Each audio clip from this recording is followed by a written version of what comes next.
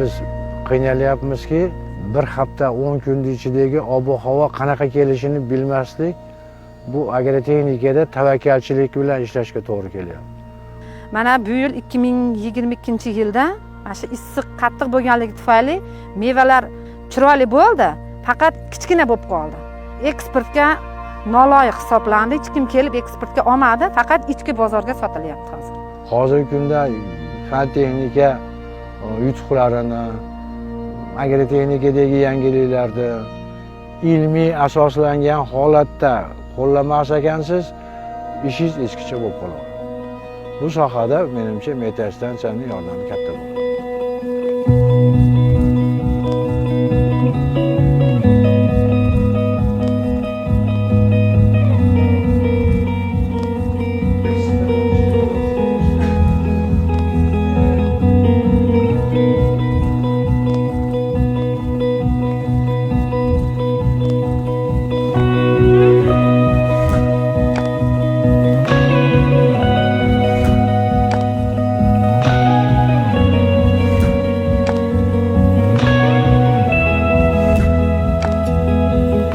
Fermerlarda yutug'i birinchi aytganim yer tagiga qo'yilayotgan datchiklarda masalan yerga suv qo'yish vaqtimi, vaqti emasmi, namlik darajasi qayerda, qanaqa holatda shuni bilishlari mumkin.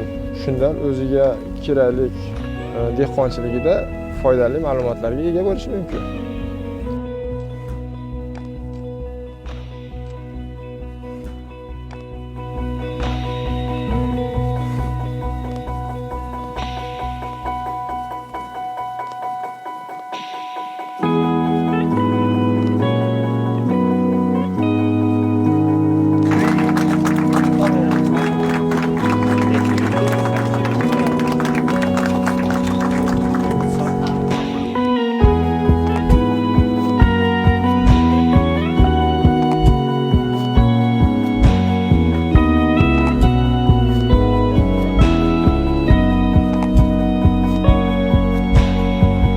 Buni bitta yaxshiligi, o'sha 25 kilometr radius ichidagi hamma fermer, bog'bon o'sha nimalarni o'zimizga a'zo qilib, bizdan to'liq foydalanishlari mumkin. Biz Telegram kanalimizda. Biz shuni nima qilganmiz? O'sha atrofdagi bog', tog' bormi, o'sha fermer bormi, havaskor bog'bonlar bormi, shularni biz o'zimizga a'zo qilganmiz. Va kerakli ob-havo xatarlarini kanalimizda e'lon qilib turamiz. Dehqon uchun buni xazina deb atash mumkin. U dehqonni moddiy boyligidan, moddiy resursidan, hammasidan himoya qiladi.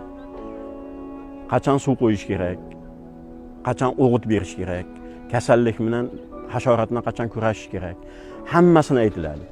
Bu bilan ishlamaganligimiz oqibatida bitta kasallikka 2 marta, 3 marta kimyoviy modda bilan ishlanyapti. Bu degani million pul degani. Bu bilan hamkorlikda ishlaganingizda bir marta ishlaysiz, shu kifoya qiladi. Yoki bo'lmasa, ishlamasdan buni agrotexnik tadbir bilan oldini olish imkoniyatlari yaratiladi. Bu fermer uchun, dehqon uchun o'ta katta imkoniyat, o'ta katta foyda. O'zgarish juda katta.